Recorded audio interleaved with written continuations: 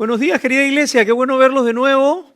Han sido 3 meses y la verdad que a pesar de que uno está en lindos lugares, sin duda nada se compara como estar en casa y con la comunidad, ¿no? Realmente me sentí un poquito, tenemos varios extranjeros entre nosotros, un poco lo difícil que es estar fuera de casa tanto tiempo, ¿no? Aunque algunos como Chad están más tiempo fuera de casa que en casa, ¿no? Van más tiempo en el Perú que en su propio país a veces, pero sin duda lo que hace llevadero el estar lejos de casa es tener una comunidad con la cual adorar. Así que realmente un gusto poder estar de regreso, poder estar de nuevo aquí con ustedes. Quiero aprovechar para agradecer a todo el equipo en realidad de liderazgo que tenemos en la iglesia, que ha seguido cuidando cada detalle, tanto en IDC Miraflores como en La Molina, el equipo de ancianos que tenemos, gracias a Doer, a todo el equipo de adoración, todos los voluntarios, la gente del café, todos, aunque hoy día no ha habido café. De repente a la salida podemos tomar un café. Pero bueno, estamos a una semana de celebrar quizás el domingo más importante de la fe cristiana, que tiene que ver con la resurrección de Cristo, ¿verdad? Es el domingo más importante porque la resurrección es el centro de todo lo que creemos y todo lo que vivimos.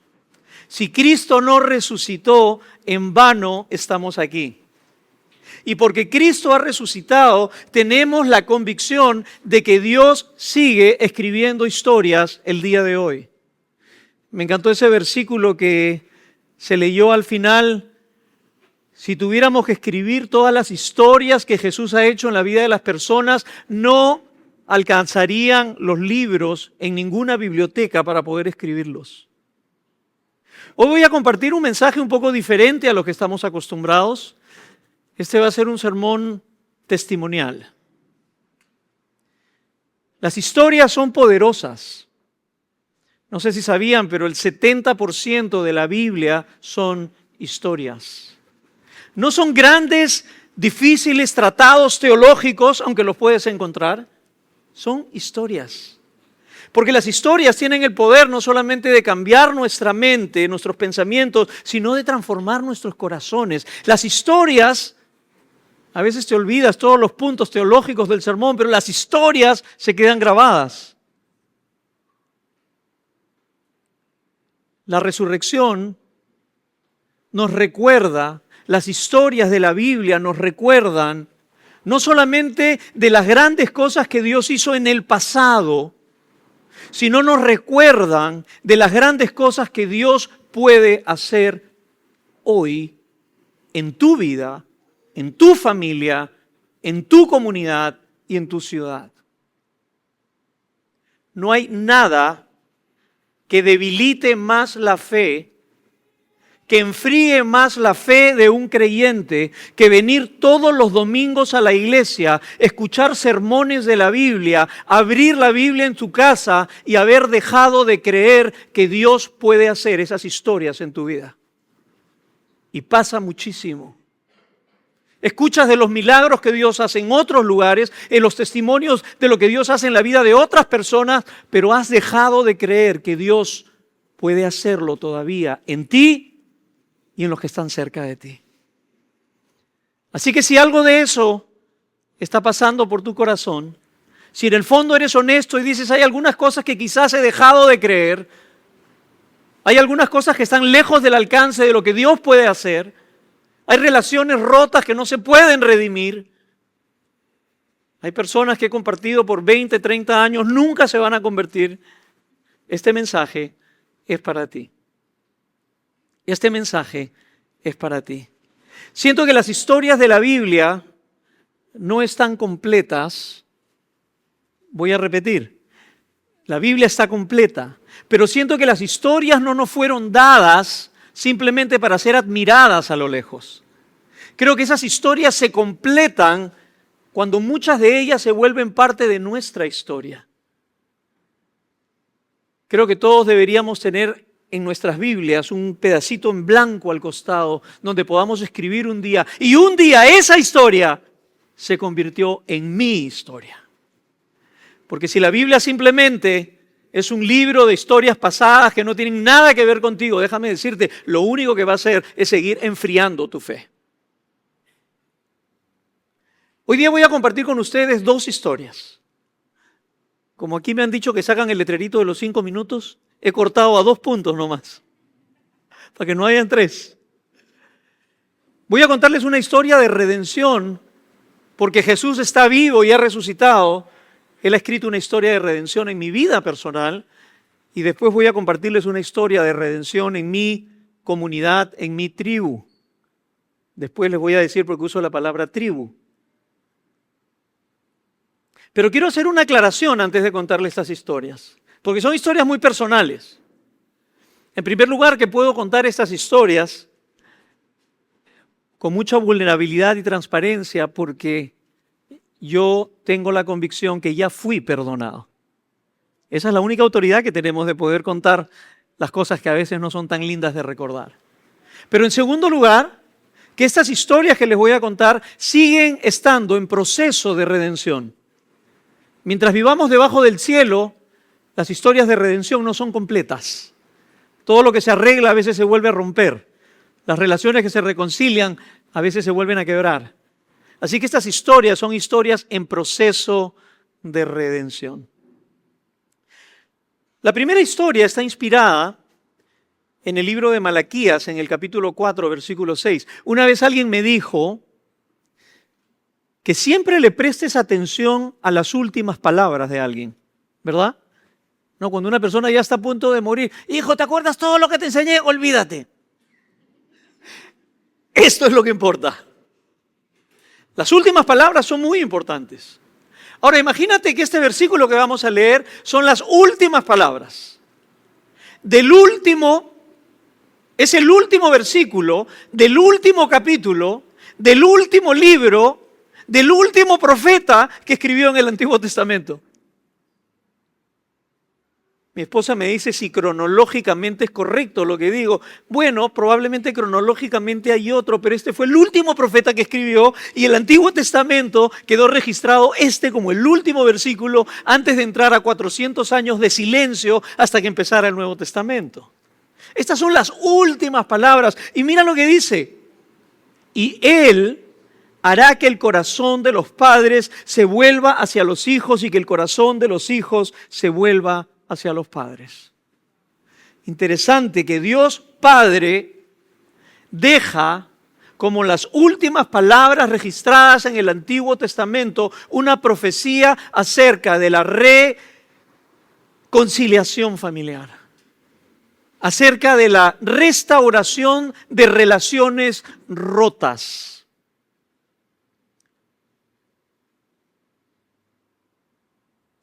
Ahora, para que tengas un poco de contexto, cuando el profeta escribe este versículo, se lo está escribiendo primeramente a la Israel post-exílica.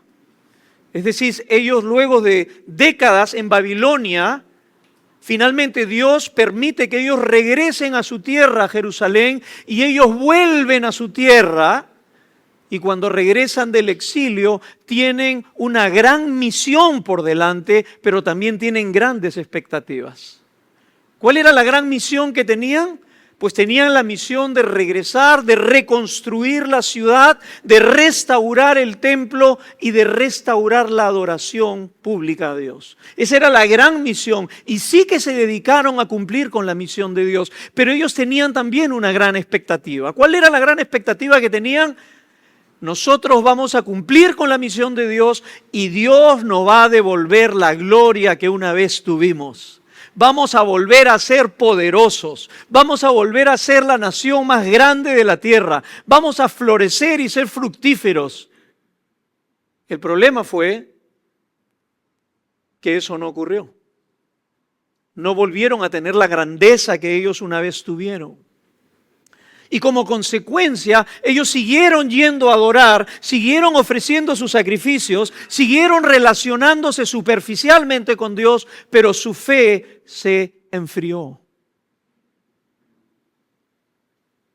Y cuando la fe se enfría, cuando tu fe se vuelve tibia, cuando tu fe y tu adoración no son reales, no son profundas, ¿quiénes son los primeros que se van a dar cuenta de esto? Vince, ¿quién es la primera que se va a dar cuenta si tu fe un día se enfría? Ella, Carmela.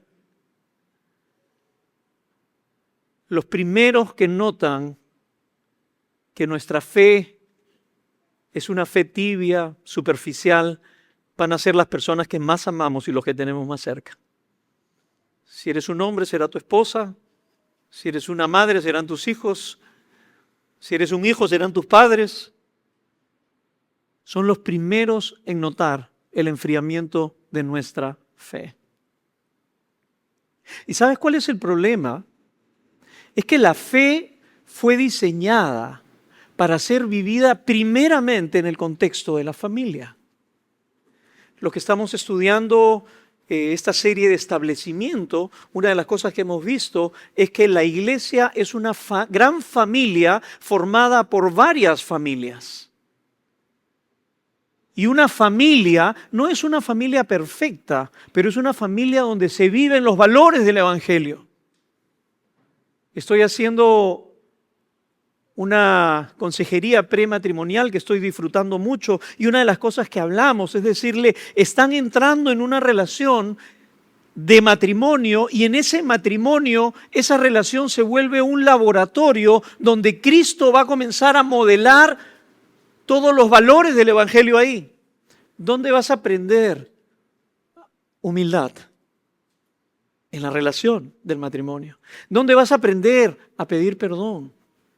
¿Dónde vas a aprender a ser humilde? ¿Dónde vas a aprender a poner el bienestar de la otra persona por encima del tuyo?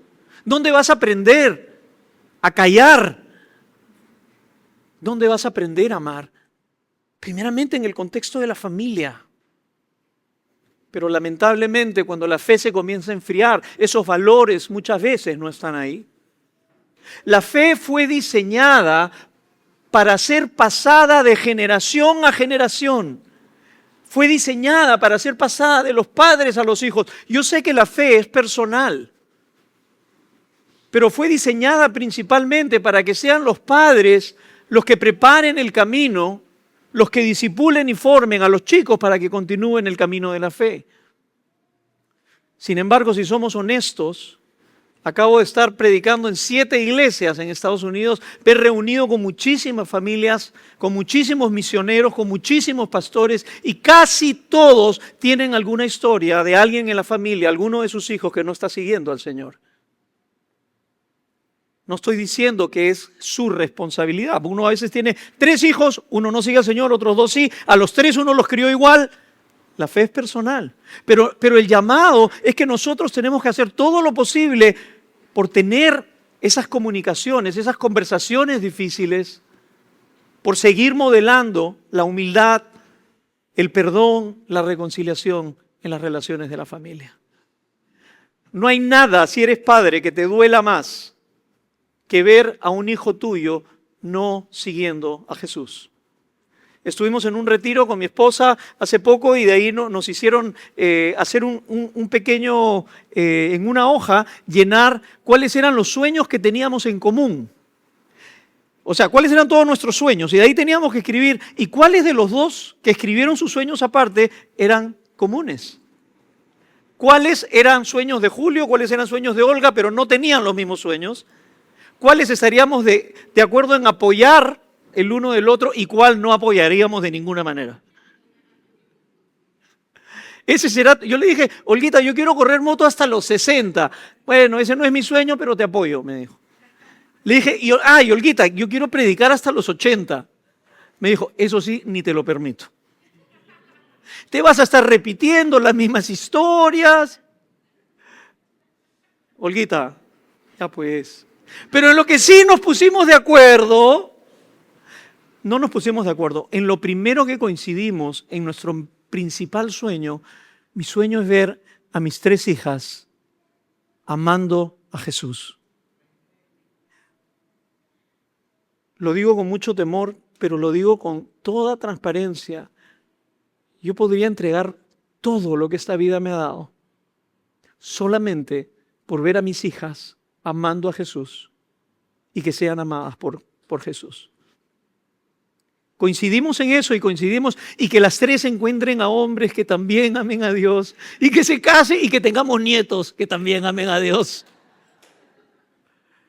Ese es el mayor anhelo que tenemos.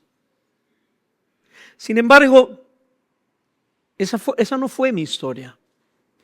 Claro, a veces uno cuando se compara al trabajo que hicieron los padres de uno dice, bueno, es muchísimo mejor que lo que hizo mi papá, ¿no?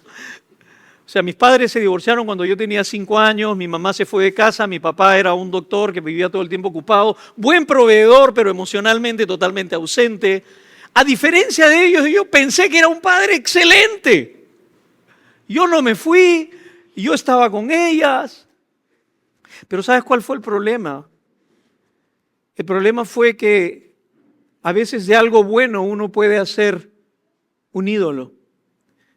Y cuando yo fui a Pucallpa y crié a mis hijas allá, no lo sabía. Me enamoré tanto de la obra de Dios, del servir al Señor, de plantar esta iglesia, que comencé a encontrar mi identidad y mi propósito en lo que hacía para Dios en vez de quien Dios decía que era.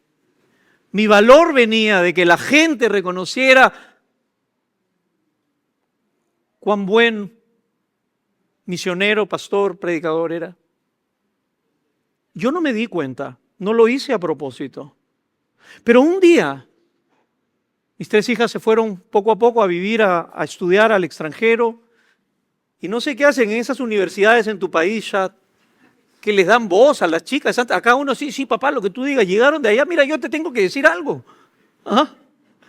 Y comenzaron a expresar lo difícil que fue crecer bajo mi autoridad como padre. Comenzaron a expresar cosas que yo de repente, oye, pero no ha sido así tampoco, ¿no? O sea, la distancia geográfica se volvió distancia emocional, la distancia emocional se volvió distancia espiritual. Yo a veces quería llegar como padre pastor cuando las veía ahí, y estás yendo a la iglesia, estás leyendo tu Biblia, hasta que una vez me dijo, ¿sabes qué? De esas cosas no quiero hablar contigo.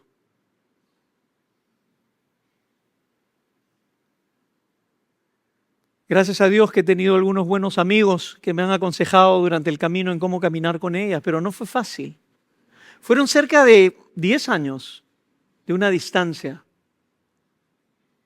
Y a mí me partía el corazón cada vez que un joven de la iglesia me pedía que lo discipule, cuando otra persona venía y me pedía consejo, y yo estaba ahí para ellos cuando mis propias hijas no querían mi consejo.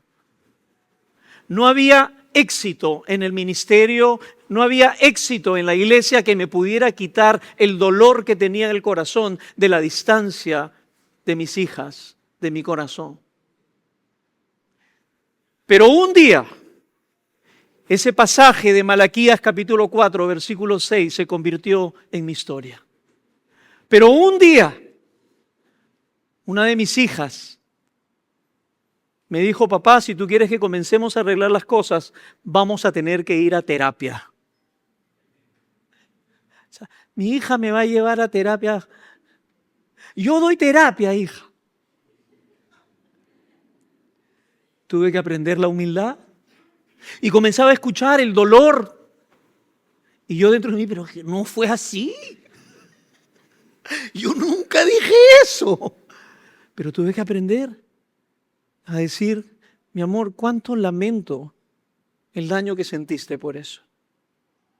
Una de las cosas más dolorosas fue decir, yo sé que mi papá nos ama, pero nunca sentimos que nosotros le dimos la misma satisfacción que le daba a la iglesia.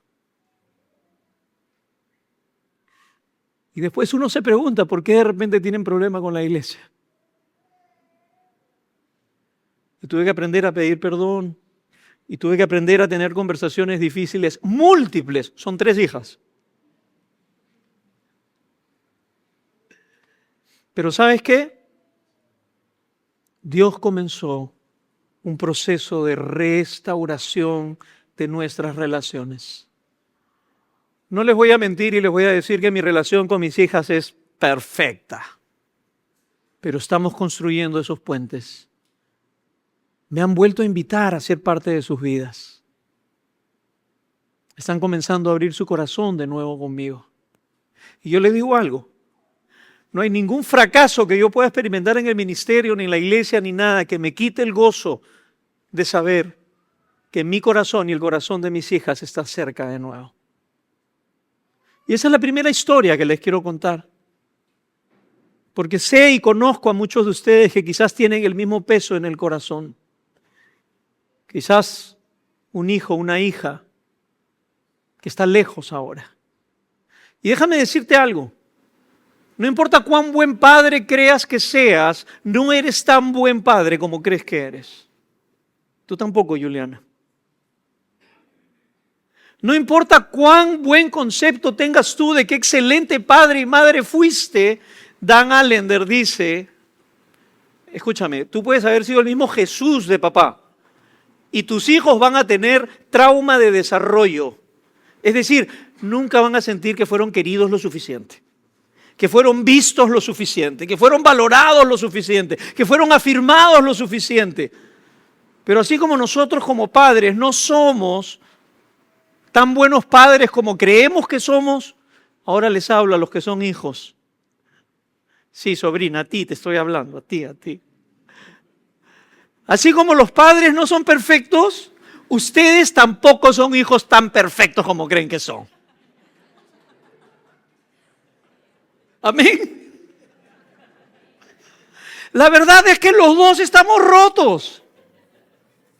Y los dos necesitamos redención de parte de Jesús. Ese es el Evangelio. Y ¿sabes qué? Cuando conversábamos con Olga de estas cosas, conversamos un montón antes de entrar a las conversaciones privadas con cada hija, ¿no? Oye, pero es bueno recordar. Ellos pueden expresar su dolor, que tú hiciste tal cosa, y está bien. ¿Sabes por qué? Porque yo ya no soy esa persona. Y ya Jesús me perdonó. Y espero que Dios te dé la gracia suficiente para tú perdonarme a mí. Para no seguir cargando con una culpa de lo que ya nosotros no podemos cambiar el pasado, pero sí podemos cambiar la manera como interpretamos ese pasado a la luz de la historia que Dios va a escribir hacia adelante. Una de mis hijas, la que me llevó a terapia, me escribió una tarjeta por mi cumpleaños y fue el mejor regalo que he recibido. Y en esa tarjeta decía, papá, todas sabemos que no eres perfecto. Bueno, es mi cumpleaños, ¿no? O sea, pero queremos que sepas que nunca vamos a olvidar, cuando tú ya no estés aquí, que sí modelaste lo que significa no rendirse en tratar de ser el mejor papá, el mejor esposo que puedas ser. Más nada. Esa es la primera historia que les quería contar. Yo sé lo duro que puede ser venir, levantar las manos, adorar, abrir tu Biblia en el devocional con un hueco de este tamaño en el corazón porque tu hijo no quiere escuchar de ti. No pierdas la esperanza. Ten esa conversación difícil que está pendiente. Acércate a ese hijo que no quiere hablar contigo. Busca a ese padre quizás con el que no te has reconciliado todavía. El Evangelio hace posible, la resurrección de Cristo hace posible que podamos tener estas conversaciones difíciles y buscar la reconciliación. La segunda historia que les quiero contar es la historia de redención de mi tribu. Ya saben por qué puse 2 puntos, ¿no? En un punto, imagínate, ya casi todo el sermón se fue. La segunda historia es una historia de redención, le he querido llamar de mi tribu. No, llegaron a pasar la foto con mis hijas, para los que no la conocen, estaba ahí en la siguiente, ahí está. Esas son mis 3 hijas y mi esposa. Pudimos pasar Navidad juntos y bueno, les pido que sigan orando por nuestra familia porque es una familia que sigue en proceso de restauración. La siguiente historia es una historia de redención de mi tribu y está basada en un texto, Juan capítulo 4, verso 13 y 14, bastante conocido por ustedes. Mira lo que dice, Jesús le respondió, todo el que beba de esta agua volverá a tener sed, pero el que beba del agua que yo le daré no tendrá sed jamás. Más bien el agua que yo le daré será en él una fuente de agua que fluya para vida eterna.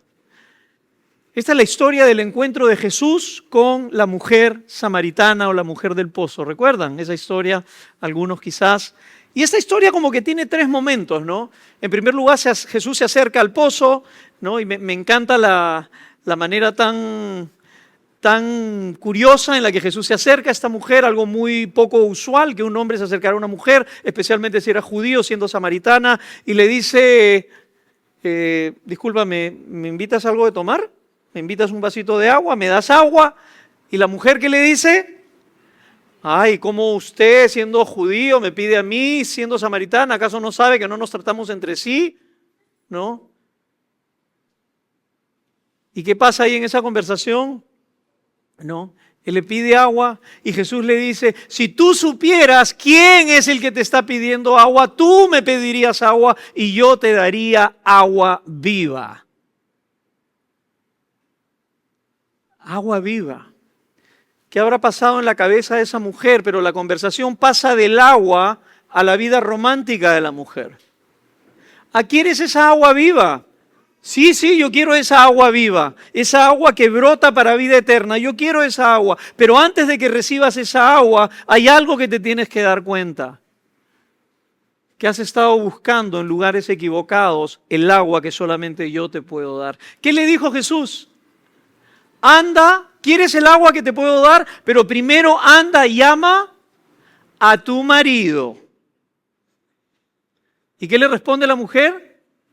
Ay, Señor, ¿cómo me vas a decir eso? Yo no tengo marido.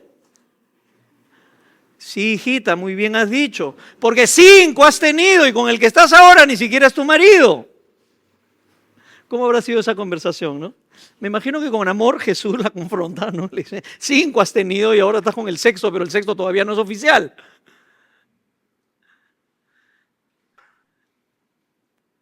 ¿Por qué Jesús hace este cambio? Bueno, mi humilde interpretación es de nuevo que antes de que esta mujer recibiera el agua viva, ella tenía que ser confrontada, que ella había estado tratando de encontrar en los brazos de hombres, en las relaciones humanas, lo que solamente Dios le podía dar. Quizás hoy tú estás como esa mujer. Y Jesús te dice, yo tengo el agua viva que tanto estás buscando. Y tú le dices, yo quiero. Y Jesús te diría, anda y llama a quién. ¿Dónde has estado tratando de encontrar lo que solamente Jesús te puede dar? Anda y tráeme tu cuenta de banco. Anda y tráeme tu posición en la empresa. Anda y tráeme aquello donde tú has estado tratando de encontrar, satisfacer la sed más profunda y no has podido hacerlo.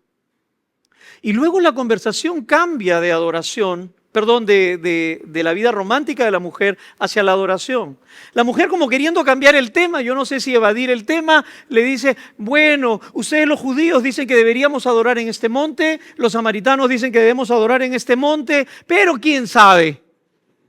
Y ahí es donde viene el momento crucial. Y ella le dice, pero un día el Salvador, el Mesías, vendrá.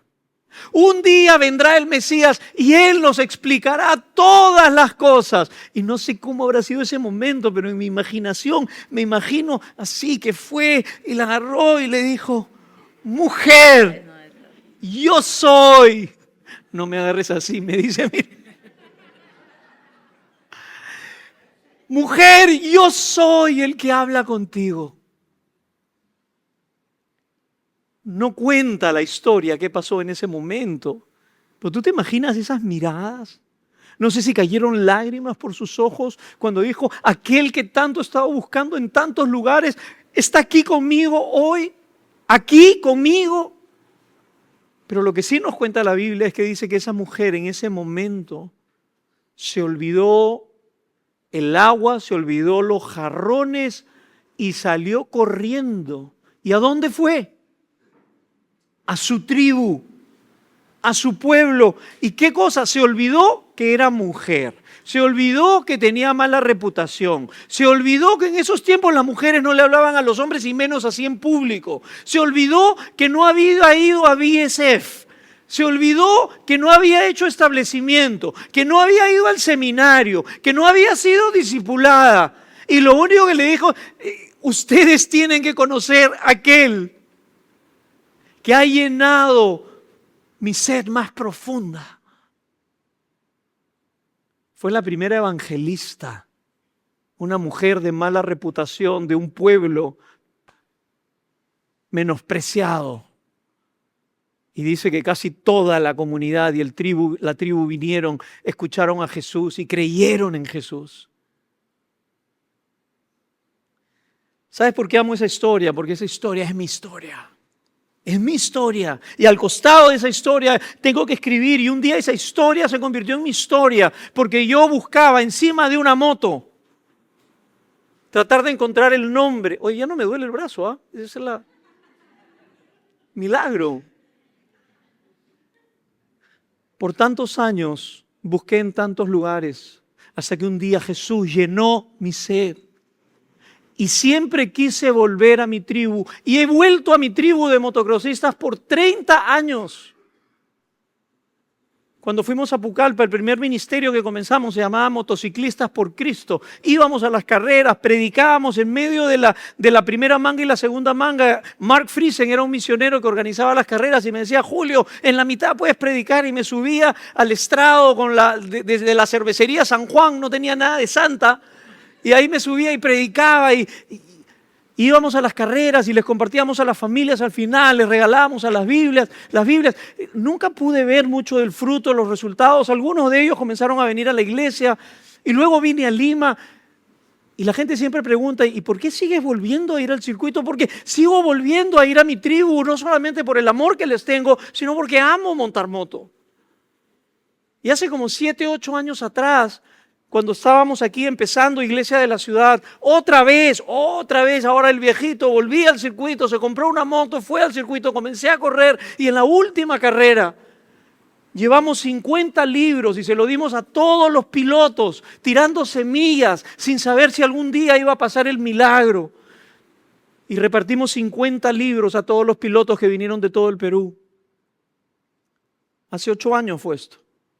Pasaron 5 años, vino pandemia. A los 5 años otra vez el terco de Julio regresa a las motos de nuevo, vuelve al circuito y en el camino, orando al Señor, le digo, Señor, tú me conoces mejor que yo. Yo no voy allá porque es mi ministerio.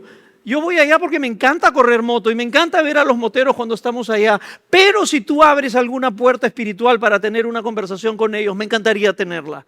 Ayúdame a estar atento. Llego, me cuadro. Algunos de ustedes conocen esta historia. Pongan la cara como que recién la están escuchando por primera vez. En eso me bajo y ni bien estoy bajando la moto, se me acerca esta joven llamada Micaela y de lejos me dice, tío, ¿todavía eres cristiano? Y yo le digo, sí, todavía soy cristiano. Me dice, ¿te acuerdas el libro que nos regalaste hace 5 años? Sí, no vas a creer, pero lo comencé a leer hace una semana y tengo un montón de preguntas y no puedo creer que estás aquí. Micaela era enamorada, novia de Ian. Micaela me dice, era la promotora de las carreras y ella me dice, tío, ya nos vimos 2, 3 veces en el circuito y me dice, el domingo que viene es la primera fecha del campeonato nacional, nosotros estamos organizando y me encantaría que pudieras orar por los pilotos y compartir algo de lo que Dios está haciendo en tu vida. Perfecto. Me voy a mi casa, me pongo a orar y le digo, bueno, Señor, ¿tú qué cosa quieres decirle a estos motocrossistas?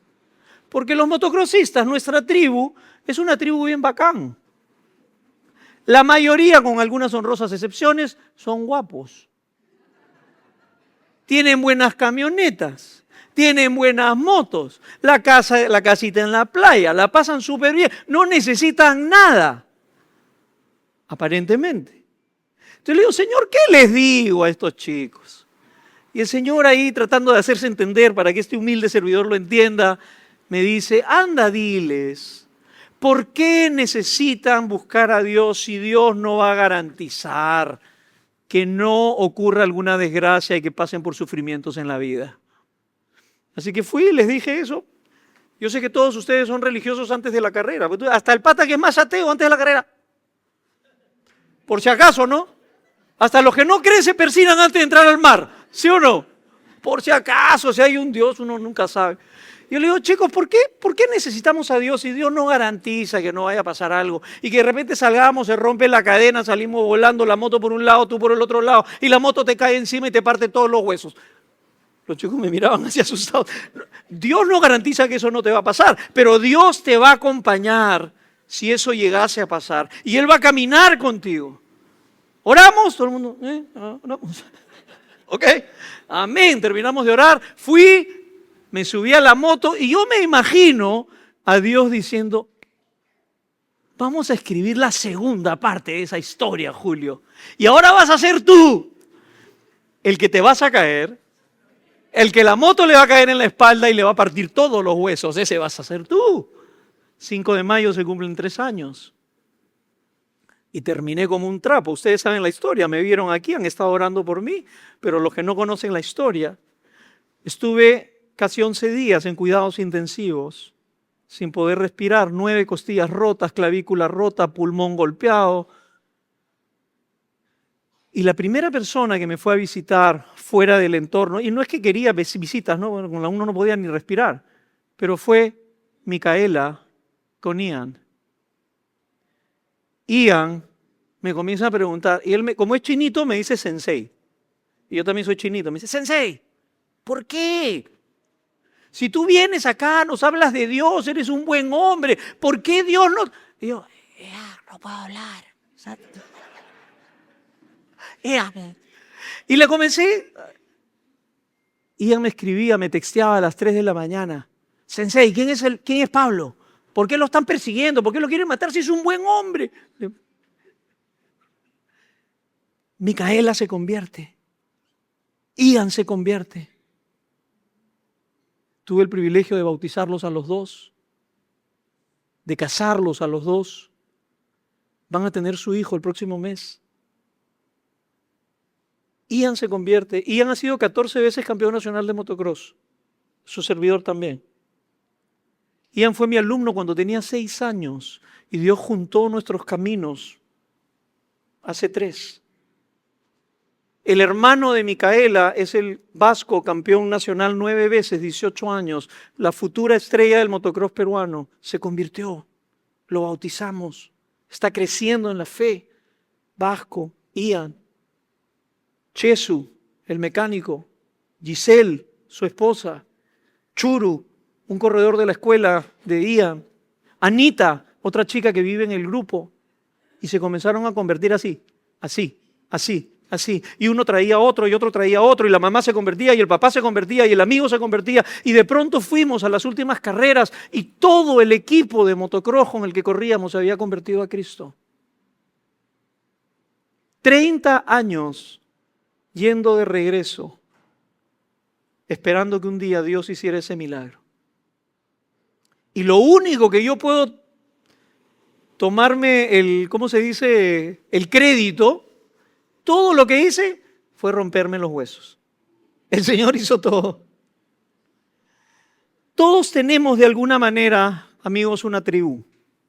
Quizás amigos del barrio, gente con la que tienes algo en común, tu gente de repente del gimnasio, de la playa, amigos, familiares. Todos tenemos una tribu y yo estoy seguro que si tú conoces al Señor, has anhelado con todo el corazón que ellos también lo conozcan.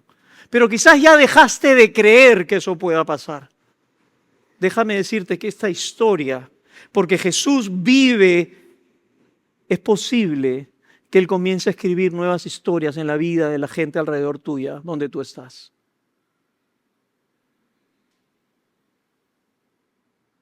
La gente que trae más gente a la iglesia normalmente no son los cristianos viejos.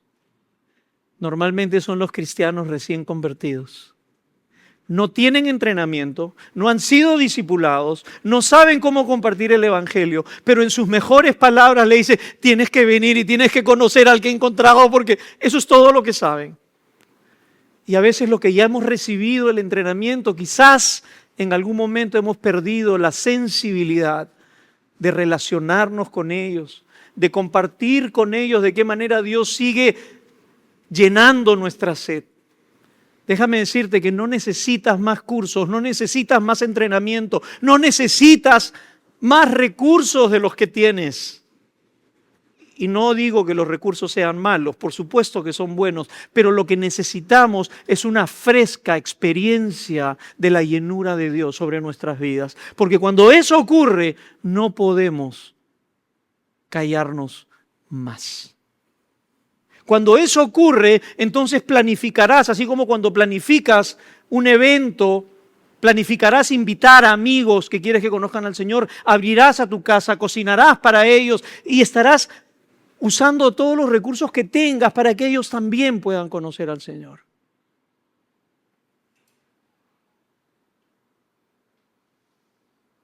Termino con esta foto. Tenemos ahí una foto de Ian y de Vasco y del grupo.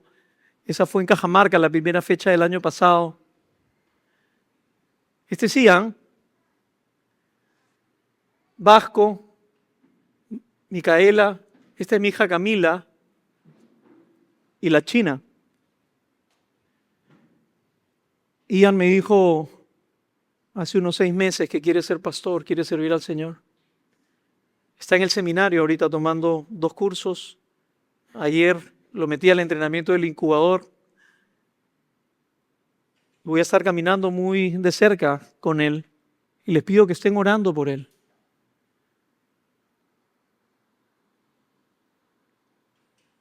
Vivir en misión es el inevitable resultado de una vida que ha sido satisfecha en Jesús. ¿Saben? El héroe de estas 2 historias, solamente el único héroe de estas historias es Jesús. Él es, del cual Malaquías escribió cuando dijo, cuando Él venga, Él volverá el corazón de los padres hacia los hijos y de los hijos hacia los padres. Él es el que la mujer recibió cuando Jesús le ofreció esa agua viva que iba a brotar para vida eterna. Jesucristo está vivo. El próximo domingo celebramos la resurrección, porque Jesús está vivo. Él no ha terminado contigo, ni con tu familia, ni con tus historias todavía. Él sigue escribiendo historias frescas. No vengas a la iglesia ni te acerques a Jesús como quien lo hace para aprender historias del pasado. Ven con la expectativa de las historias que Él puede seguir escribiendo en tu vida hoy.